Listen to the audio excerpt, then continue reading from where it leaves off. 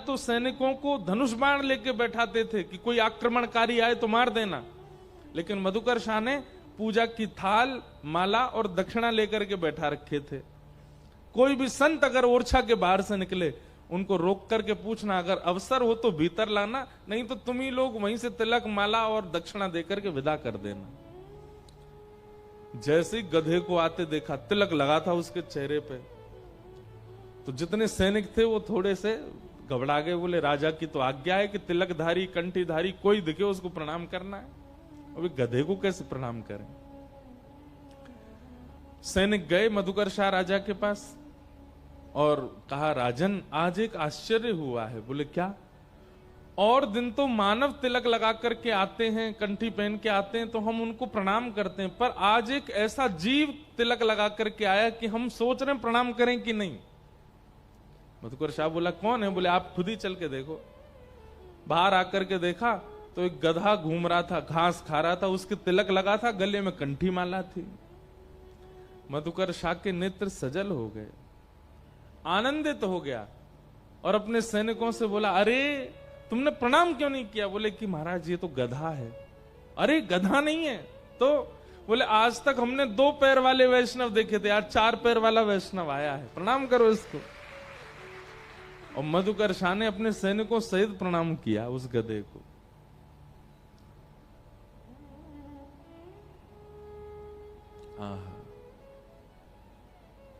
भैया, ऐसे वैष्णवों को देख करके यदि मन आनंदित होता है, मन प्रफुल्लित होता है, मन में भाव उमड़ने लगते हैं, नेत्र सजल हो जाते हैं, तो यह समझना चाहिए कि हमसे ठाकुर जी राजी हैं।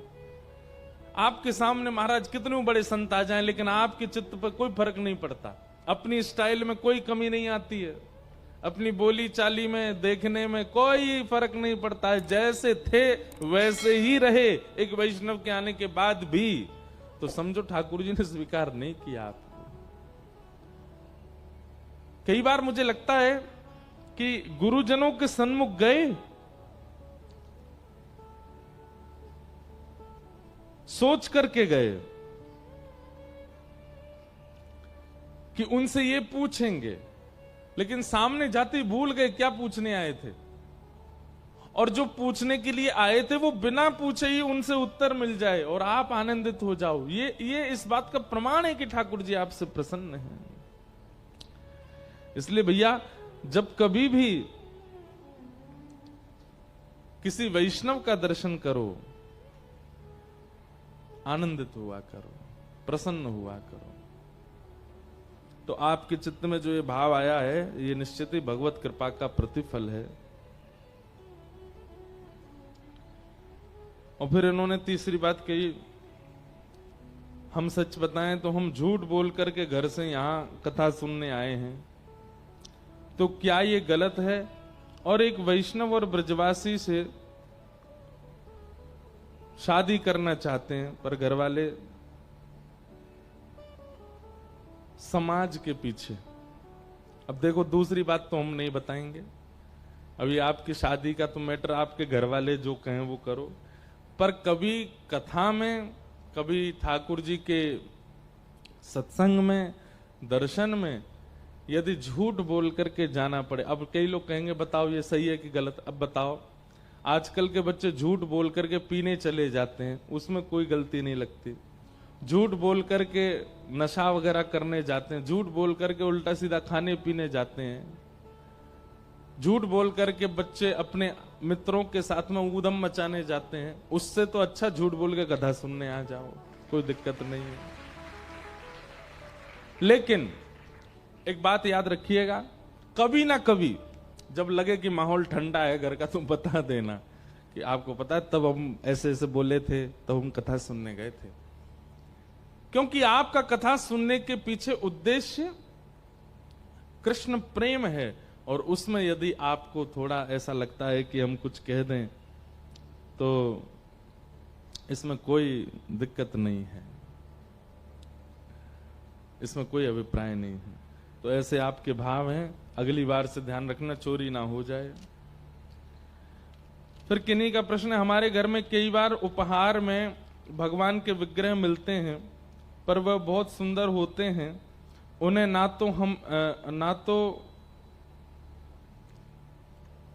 ना तो छोड़ने का मन होता है, ना उनकी सेवा हो पाती है। तो उनका क्या करना है? आपको भी उपहार में कई सारे विग्रह मिलते हैं, तो आप क्या करते हैं? देखिए, पहली बात, हमें तो जितने मिलते हैं हम तो बांट देते हैं।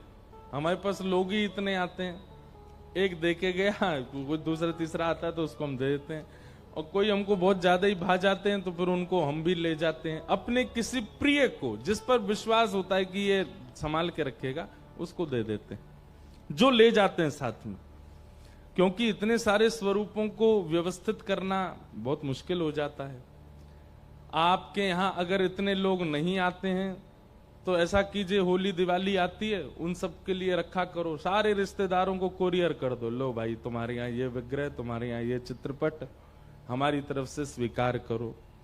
ठाकुर जी का स्वरूप है, अगर सेवा हो सके तो घर में करो, नहीं हो सके तो उनको अपने किसी प्रियों को भेज दो, भेंट कर दो, जहां पर वो प्रेम से विराजमान रहे। कहते हैं भगवान विष्णु चातुर्मास में निद्रा में रहते हैं, तो फिर श्री कृष्ण का जन्म चातुर्मास के भादों में कैसे हुआ? इसके पीछे की कहानी क्या है? कहानी नहीं, कथा बोलो। दूसरी बात, आपने कहा कि चातुर्मास में ठाकुर जी का शयन होता है, तो फिर भगवान कृष्ण का प्रादुर्भाव कैसे हुआ? हमारी आपकी तरह नहीं सोते हैं ठाकुर जी, मतलब सो गए, अब कोई काम ही नहीं कर रहे हैं, बस पड़े हैं। शयन का मतलब होता है विश्राम। विश्राम मतलब ठाकुर जी किससे विश्राम लेते हैं? सृष्टि का पालन नारायण करते हैं, लेकिन चातुर्मास प्रारंभ होते ही नारायण उस पालन से, सृष्टि के पालन से विश्राम लेते हैं, छुट्टी ले लेते हैं, और उतने दिन महादेव सृष्टि का पालन करते हैं, अपने कार्य से छुट्टी पर रहते हैं। और इसीलिए छुट्टी पर थे, प्रेमियों के लिए कृष्ण बन के चले गए उसी काल में। समझ में आई बात? अगर कोई व्यक्ति रोज अपने काम पर जाता है और रविवार के दिन वो बढ़िया सूट बूट पहन करके, परफ्यूम लगा करके अपनी किसी प्रिय से मिलने चला गया, और वहां उसको ऑफिस का कोई व्यक्ति मिल जाए और वो कहे, ए भैया तुम तो छुट्टी पे थे, तुम तो लीव पर थे, यहां कैसे आ गए? बोले भाई छुट्टी पर काम से हैं, प्रेमियों के यहां तो जा सकते हैं ना। तो ऐसे ही श्री ठाकुर जी पूरी सृष्टि का पालन करते हैं, परंतु चातुर्मास के समय श्री ठाकुर जी विश्राम में रहते हैं कि भाई अब ये संसार का संभालने का कारोबार महादेव आप संभालिए।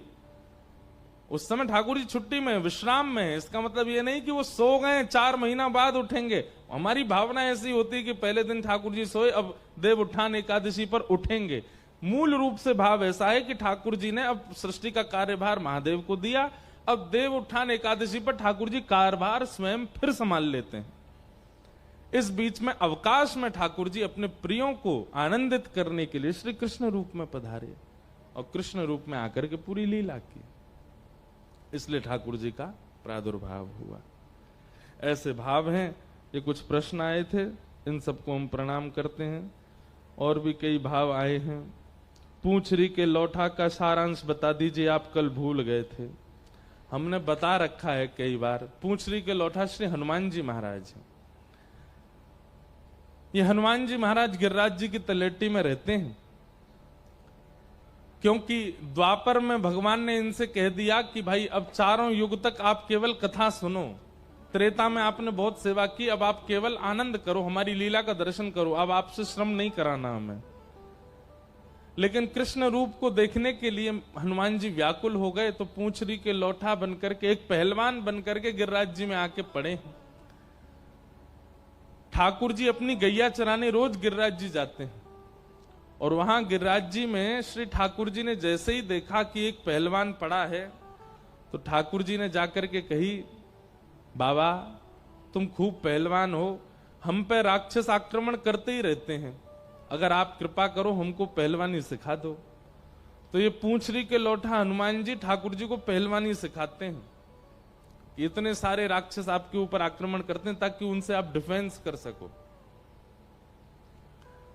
जब गोवर्धन लीला हुई सब ब्रजवासियों ने गिरिराज पर्वत की नीचे प्रवेश करके अपने आप को सुरक्षित किया।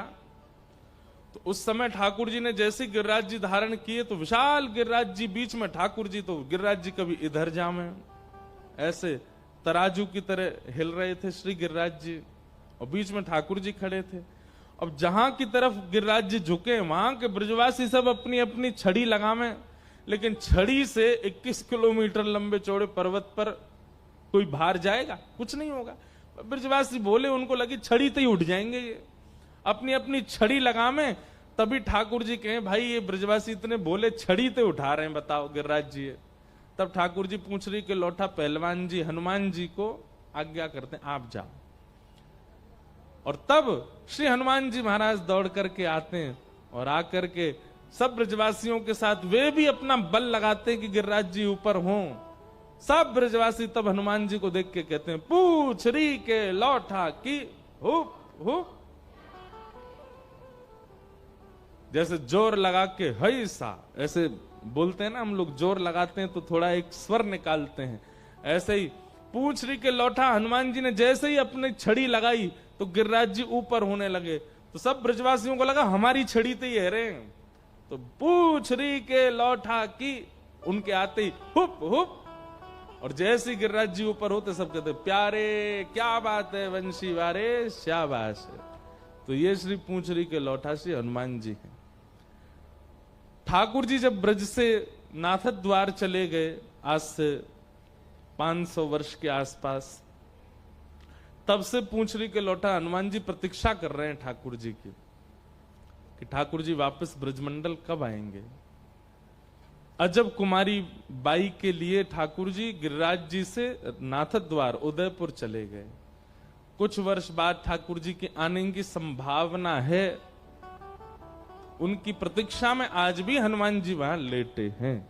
ये श्री हनुमान जी महाराज का ही स्वरूप है, पूछ री के लौटा। तो ये सारे भाव हैं, आप सबके भावों को हम बारंबार प्रणाम करते हैं। बोलो वृंदावन बिहारी लाल की। अब कथा क्रम को हम पूरा कर देते हैं, बहुत लंबी कथा हमारी रह गई। कल तो हम अलग ही भाव में सब बोलते जा रहे थे। कभी कभी भाव हमको आते तो रोज ही है, पर हम बंध जाते हैं कि हमको यही बोलना है, हमको यहां तक कहना है। कई बार अपने मन की बात मान लेते हैं तो फिर बहुत सारे भाव आते हैं, तो फिर सबको स्पर्श करते हैं। कल रात्रि खूब विलंब हो गया, कथा के बाद भी कई स्थानों पर जाना हुआ। फिर रात में सब हमारे हम शाम दीवाने सब भाइयों से मिलना हुआ, परिवार वालों से उनके। हम सोए सुबह 4 बजे। उसके बाद फिर हमारे भाई लोग ये सब बैठ गए, कुछ ना कुछ पैकिंग कर रहे हैं, करा कुछ भी नहीं है, बैठे रहे हैं बस। उठा करके सामान सब हमारे, एक तो क्या आप लोग पहनते हो टी शर्ट, वो तो यूं ही हो जाती है गई, हम पहनते बगलबंदी। इसको जैसे 4 टी शर्ट जितनी देर में गई होती है उतने में एक बगलबंदी होती है, उसको व्यवस्थित करना रखना, वो सब कर रहे थे सब। तो 4 बज गए। सोए सुबह हमको उठाने आए तो हमारी आंख ही नहीं खुले, बड़ी मुश्किल से तो नेत्र खोले। स्नान ध्यान करके ठाकुर जी की सेवा थोड़ी करके आ गए हैं। अब आपके मध्य थोड़े से भाव कुछ कह करके फिर यहाँ से जाएंगे सीधे बंबई पहुंचेंगे। जाते ही हमारे 4 इंटरव्यू हैं, 1 रिकॉर्डिंग है, पूरी रात आज सोना नहीं है वहां पर भी। फिर कल पंढरपुर जाएंगे, पंढरीनाथ भगवान का दर्शन करेंगे। और परसों से कोल्हापुर में 4 दिन का हरि भक्त चरित्र, कुछ अपने भारत के श्रेष्ठ भक्तों के चरित्रों का कुछ भाव वहां सुनाएंगे। तो हमारा तो जीवन ऐसे ही कर दिया। हमारे ठाकुर जी ने कान पकड़ लिए हमारे और कह रहे हैं तो पे और कोई काम नहीं है, तू 24 घंटा केवल मेरो ही भजन करतो रहे, मेरी कथा सुना, मेरी बात कर, मेरे ही संग बैठो रहे। हमको सोने भी नहीं दे रहे हैं लाल जी की, नहीं तू तो केवल मेरो चिंतन कर। ये सौभाग्य है हमारा कि हम पे और कोई काम है ही नहीं है, हम केवल ठाकुर जी का नाम गाते रहते हैं, कथा सुनाते रहते हैं, उन्हीं की बातें करते रहते हैं। ये आनंद है। इसीलिए विश्राम ना मिलने पर भी ज्यादा विचलित नहीं होते, प्रसन्न रहते हैं। कम से कम संसार के लिए तो समय नहीं है ना। अब 2-2, 2.5, 4-4 महीने हो जाते हैं घर वालों से मिल नहीं पाते, फोन पे ही बात होती है बस। लेकिन कम से कम भोग वृत्ति से तो नहीं घूम रहे ना दुनिया में, भोग तो नहीं कर रहे ना, ठाकुर जी का नाम ही गा रहे हैं, इसलिए अच्छा है। जब तक प्राण है, जब तक युवा अवस्था है, जब तक कर पा रहे हैं। सबकी एक समय की अवधि होती है, हमारे समय की अवधि पता नहीं कब तक है, तब तक हरि नाम में ही ये जीवन निकल जाए, बस यही हमारा भाव है। हरि नाम। ठाकुर जी ने गिरवार धारण लीला करी, इंद्र ने आकर के ठाकुर जी से क्षमा मांगी, और इंद्र की क्षमा के बाद फिर रास लीला का प्रसंग आया। भगवान ने ब्रज की गोपांगनाओं के साथ में रास विहार किया। मैं हर कथा में कहता हूं कि रास का मतलब नृत्य नहीं होता। कल मैंने बहुत व्याख्या की थी कि रास का मतलब क्या होता है। कोई विशिष्ट व्यक्ति अपनी प्रभुता भूल करके अपने प्रेमी के लिए बहुत सहज हो जाए, उसको रास कहते हैं। हरि की अत्यंत सहजता अवस्था को, अत्यंत सहज अवस्था को, ईश्वर की अत्यंत सहजावस्था को रास कहते हैं। हम ठाकुर जी का भोग लगाते हैं, ये रस है। हम श्रृंगार करते हैं, ये रस है। हम कथा सुनते हैं, ये रस है। हम वृंदावन जाते हैं, ये रस है। लेकिन ठाकुर जी हमसे भोग बोल करके बनवाते हैं, ये रास है। ठाकुर जी कह के अपना श्रृंगार करवाते हैं, ये रास है। हमें वृंदावन जाना नहीं पड़ता, हम जहां रहते हैं वहीं वृंदावन जैसा अनुभव होने लग जाता है, ये रास है। मंदिर नहीं है, ठाकुर जी नहीं है, लेकिन घर में बैठे बैठे ही अनुभव होने लगता है कि सामने पंडरीनाथ खड़े हैं, चारों तरफ सब वारी लेकर के जय जय राम कृष्ण हरि का कीर्तन कर रहे हैं, ये अनुभव रास है। रस और रास। आपने भगवत प्राप्ति के लिए साधन किए, वो रस, और ठाकुर जी ने आपकी प्राप्ति के लिए जो किया, वो रास। भैया हम एक बात कहते हैं, हम सब कौन हैं? हम सब हैं गुल्ला। कौन है? गुल्ला। बोलो कौन है हम? गुल्ला। और श्रीमद् भागवत क्या है? रस। अपने अपने सब गुल्लान को या रस में डालो तो कहा बन जाओगे? रसगुल्ला। और जैसे ही रसगुल्ला बन जाओगे तो श्री श्याम सुंदर या रसगुल्ला को भोग लगाएंगे। अब हो क्या रहा है कि हम केवल गुल्ला बने हुए हैं, रस डाले ही नहीं रहे भीतर। इसलिए ठाकुर जी हमारा भोग नहीं लगाते। बोले पहले रस तो ला, पहले रस तो आस्वादन कर, पहले रस में स्वयं को डुबो दे। अच्छा, रसगुल्ला देखो कैसा होता है, उसको कहीं से भी तोड़ो वहीं रस मिल जाएगा, पूरा रस से भरा होता है। एक ऐसा नहीं होता कि ऊपर ही ऊपर रस है नीचे रस नहीं है, या उधर रस है इधर रस नहीं है। रसगुल्ला को कहीं से भी घुमाओ, कहीं से भी खाओ, कहीं से भी तोड़ो, जहां से निचोड़ोगे वहीं से रस है। हम लोग पता कैसे हैं? हम लोग कभी कभी पर्टिकुलर टाइम पे ही रस लाते हैं अपने अंदर। अभी भुसावल में कथा हुई तो 7 दिन हम लोग ना तो प्याज खा रहे थे, ना गार्लिक खा रहे थे, ना कुछ कर रहे थे ऊट पटांग। और घर में कोई बात भी ऐसी होती थी, अरे भाई अभी कथा चल रही है, अभी कोई नहीं, 7 दिन बाद देखेंगे जिसको देखना है। हमारा रस कैसा? पर्टिकुलर टाइम में ही रस आता है हमारे अंदर। पर भाई रसगुल्ला खाने वाला तो कभी भी खा सकता है ना, वो ये थोड़ी देखेगा वो तभी रस होएगा तब खाऊंगा। हम कोई आम थोड़े ही है कि सीजन आएगा तभी हम में रस आएगा। रसगुल्ला वो तो हमेशा रस से भरा रहता है। हमारे जितने भक्त हैं जिनके हम नाम बोलते हैं, ये सब ऐसे हैं, इनके पास कभी भी ठाकुर जी जा सकते थे। क्यों? ये हमेशा रस में ही भरे रहते हैं। हम लोग पर्टिकुलर टाइम है हमारा, हम तभी रस में रहते हैं, उसके अलावा नहीं रहते।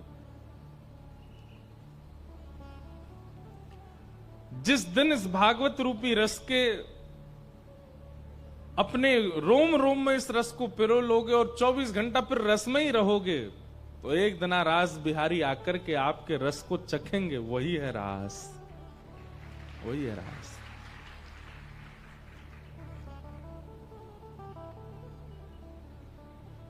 भगवान ने गोपियों के साथ रास विहार किया। देवादिदेव महादेव भी पधारे गोपी बनकर के। बोल गोपेश्वर महादेव की।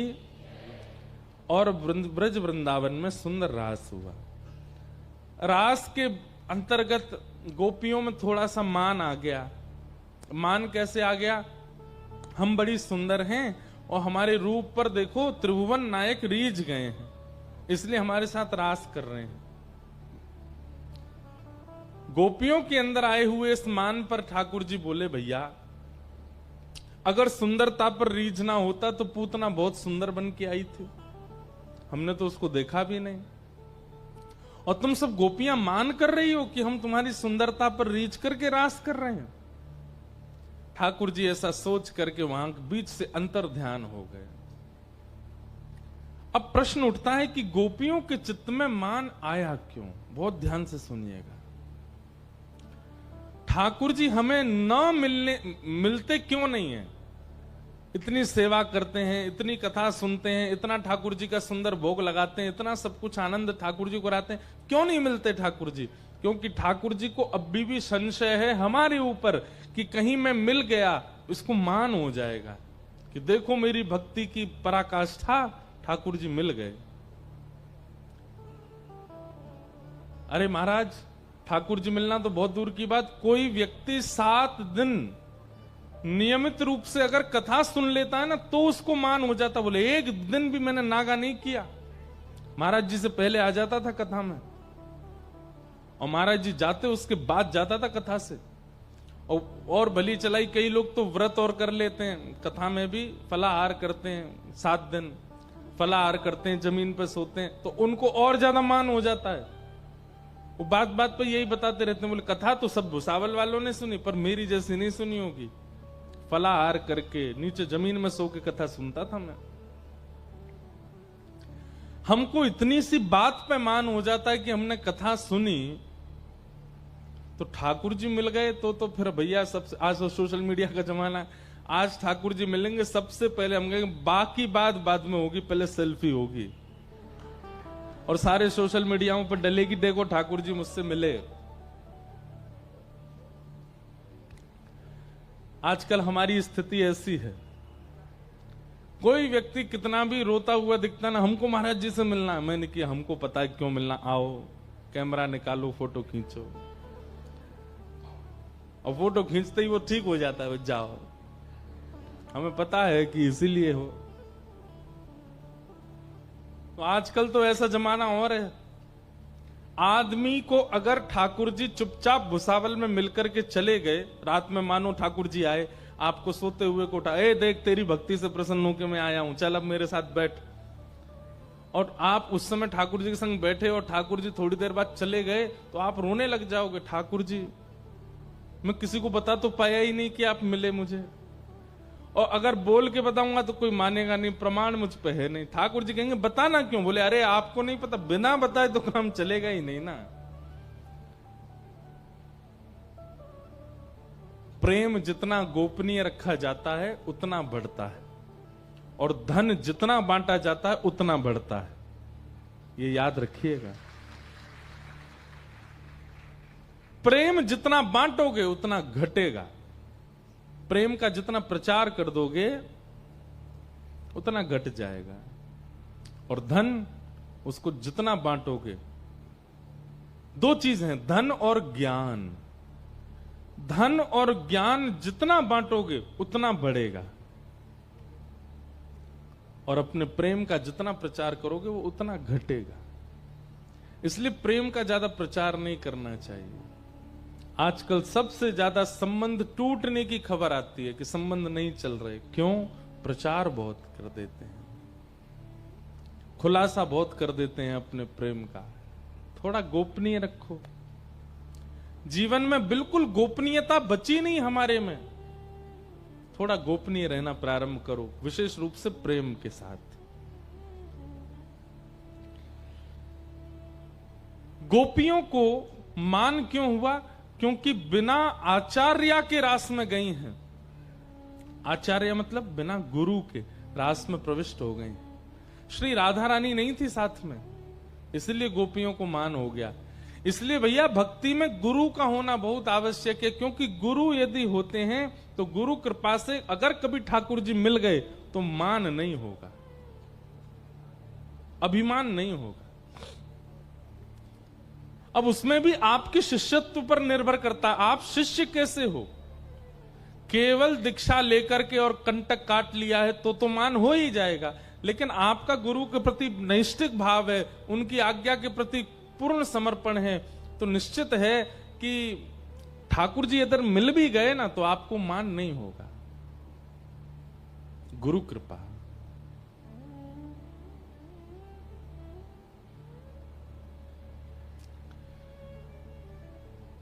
ठाकुर जी अंतर ध्यान हो गए। गोपियों ने व्याकुल होकर के किशोरी जी को पुकारा। किशोरी जी ने कृपा करके सब गोपियों को गोपी गीत गवाया। जयति तेधिकम जनमना ब्रजः श्रयतंदिरा सस्वदत्र हि दैतदृश्यता दीक्षुतावक स्त्वयि धृता सव स्वाम विचिन्वते। ये गोपी गीत है, भागवत का प्राण कहते हैं इनको। गोपी गीत गोपियों ने गाया और गोपी गीत के पूर्ण होते ही श्री ठाकुर जी पीतांबरी पहनकर के गोपियों के बीच फिर से प्रकट हो गए। एक बात निश्चित मानिएगा, आपके चित्त में ठाकुर जी के प्रेम के शब्द यदि प्रकट होते हैं, आप पद लिखते हो, भजन लिखते हो ठाकुर जी के लिए। अब लिखते तो बहुत लोग हैं, लेकिन उस भाव से सब बहुत जल्दी जुड़ जाते हैं, उससे बहुत आनंदित हो जाते हैं। ऐसे भाव यदि आपके चित्त में प्रकट हो रहे हैं तो इसका मतलब यह है कि आपका चित्त कहीं ना कहीं मान विमुक्त है, उसमें मान नहीं है, तभी शब्द आ रहे हैं। कोई शब्द प्रकट ना हो पाए कभी तो कहीं ना कहीं उसमें विचार करना कि अभी हमारी भक्ति थोड़ी लेश है, कम है।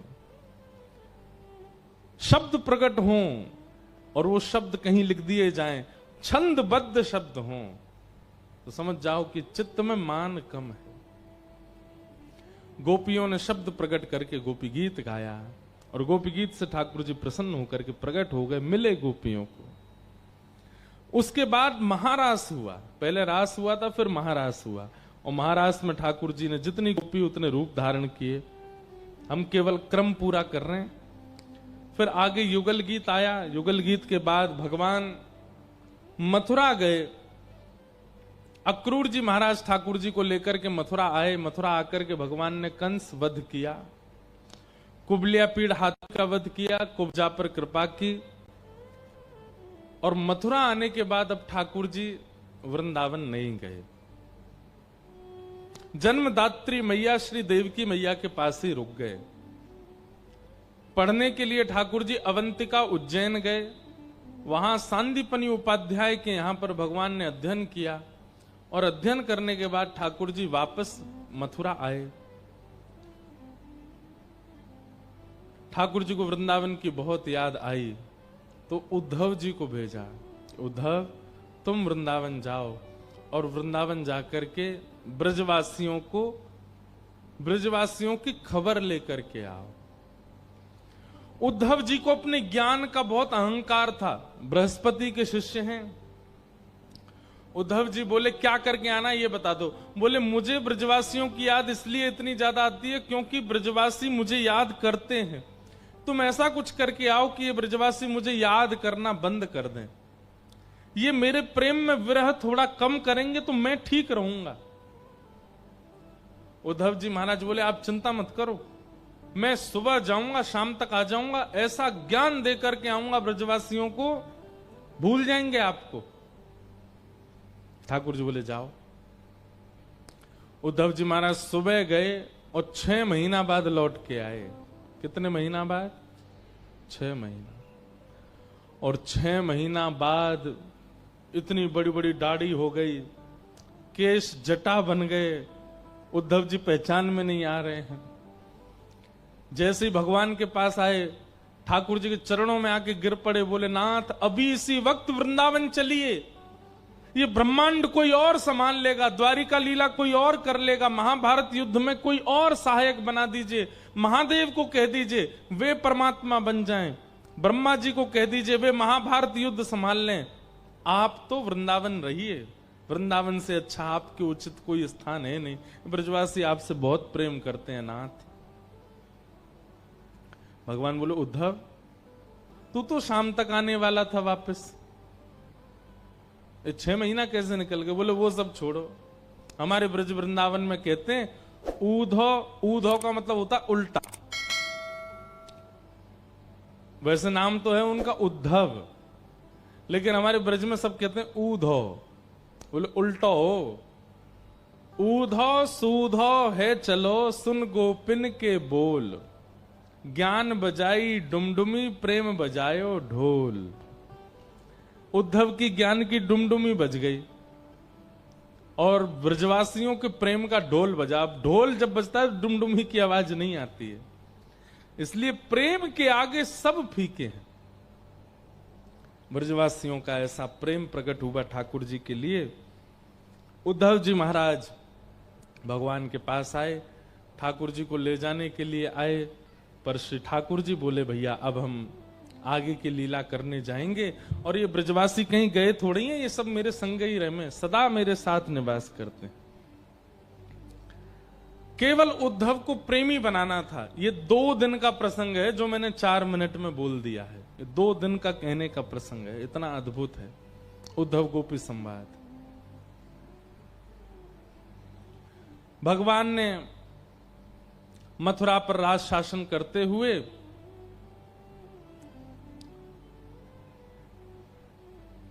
काल यवन और कंस के ससुर मगध नरेश जरासंध के साथ युद्ध किया। 17 बार भगवान ने काल जरासंध को हरा दिया। 18वीं बार जब जरासंध अपनी सेना लेकर के आया तो भगवान रण छोड़ करके वहां से भाग गए और नाम पड़ गया रणछोड़। बोलो रणछोड़ राय भगवान की। द्वारिका में श्री ठाकुर जी रणछोड़ हैं। रण छोड़ करके ठाकुर जी गए, क्यों? क्योंकि जरासंध जो था ये ब्राह्मणों की सेना लेकर के आया था। ठाकुर जी बोले भैया हम सबसे युद्ध करेंगे, ब्राह्मणों से युद्ध नहीं करेंगे, और ठाकुर जी रण छोड़ करके द्वारिका विराज गए। द्वारिका में आकर के भगवान ने नवीन नगरी विश्वकर्मा से बनवाई। बलराम जी का विवाह रेवत राजा की पौत्री रेवती के साथ में हुआ। यहां आपसे थोड़ी दूर पर ही अमरावती है, उसी को वहीं कौंडन्यपुर मानते हैं, या उसके पास कौंडन्यपुर ऐसा कहते हैं। विदर्भ, वहां के राजा भीष्मक, उनकी बेटी हैं रुक्मणी। अच्छा एक बात बोले, इधर देखो सब लोग, आप सब लोग महाराष्ट्र निवासी हो, आप सबके जमाई लगते हैं ठाकुर जी। क्यों? रुक्मणी महाराष्ट्र की लाली हैं, महाराष्ट्र की बेटी हैं, विदर्भ में ही उनका प्रादुर्भाव हुआ, विदर्भ के राजा भीष्मक के यहां वो जन्मी, तो इस नाते से आप सब लोगों की लाली हुई कौन? रुक्मणी जी। और लाली के जो पति होते हैं वो हमारे कौन होते? जमाई। तो अगर आप पंडरीनाथ भगवान के सामने जाकर के यूं कह दो प्यारे जीजा जी की जय हो तो कोई बुराई नहीं है। आप महाराष्ट्र वासियों को अधिकार है, आप लोग द्वारिका जाकर के भी कह सकते हैं। कोई कहे कहां जा रहे हो? बोले जीजा जी से मिलने जा रहे हैं हमारे। एक भक्त की कथा आती, मुझे पूरी तो याद नहीं, थोड़ी सी अभी स्मृति में आई। उनकी कोई बहन नहीं थी, तो वो अपने मित्रों की बहन को जब देखते थे तो अपनी मां से आकर के बोलते थे, मां मेरी कोई बहन क्यों नहीं है? तो मां छोटे बालक को ऐसे समझाती, बोले है ना तुम्हारी बहन भी तो है। बोले कौन है? वो तुम्हारी बहन श्री सियाजू है, सीताजी, सीताजी तुम्हारी बहन है। हाँ नाम याद आया, प्रयागदास नाम था उनका। उनको सब मामा जी बोलते थे, क्यों? सीता जी को वो अपनी बहन मानते थे। तो वो कहते सबकी बहनें आती हैं अपने अपने भाइयों को रक्षाबंधन पर राखी बांधने अपने घर पर, मेरी बहन क्यों नहीं आती? बोले तुम्हारी बहन जो है ना बहुत बड़े राजा की पत्नी है, बहुत व्यस्त रहती हैं इसलिए नहीं आ पाती। तो एक दिन बोले वो नहीं आ पाती, मैं तो जा सकता हूं अपनी बहन से मिलने। तो मां ने कहा अरे अब तुम कहां जाओगे? कहां? नहीं मेरी बहन है, मुझे नहीं पहचानेगी, मैं देख के तो आऊं मेरी बहन दिखती कैसी है। अपनी मां से बोला कुछ अच्छा बनाओ, मैं अपनी बहन से मिलने जाऊंगा। मां ने सुंदर लड्डू बनाए और दे दिए। बोले अब इसको क्या बताऊं, अब जा तो रहा है। पूछा कहां रहती मेरी बहन? बोले वो अयोध्या में ब्याही है राम जी को।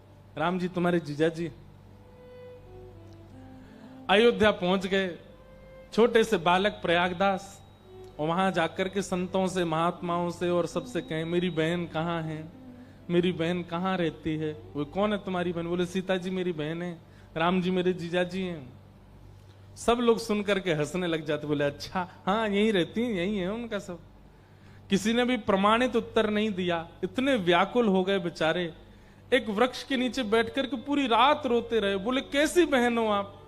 दुनिया की बहनें अपने भाइयों को पलकों पर रखती हो, मुझे पूरी रात निकल गई, आप मुझसे मिलने तक नहीं आई हो अभी तक।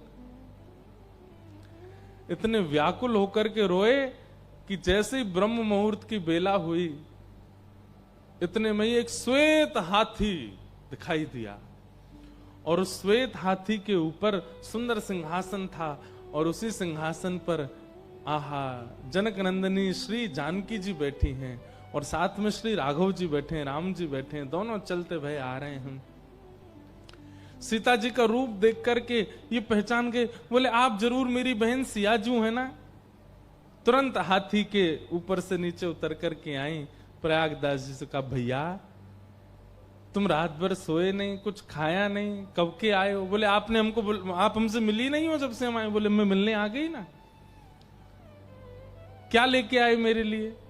लड्डू लेकर के आए। तो लड्डू खोल करके सीता जी स्वयं पामे और अपने भैया को पवामे।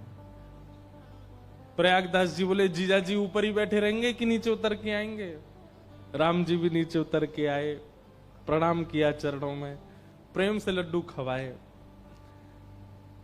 सीता जी बोले अब वापस जाओ, मां प्रतीक्षा कर रही होगी ना घर पे, चले जाओ।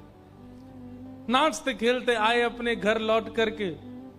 मां ने पूछा मिले आए बहन से? बोले हाँ बहन से मिलने, मैया सफेद हाथी पे घूमती हमारी बहन, और हमारे जीजा जी तो बड़े सुंदर हैं, थोड़े सांवले हैं लेकिन चलेगा, अच्छे हैं, बहुत सुंदर लगते हैं।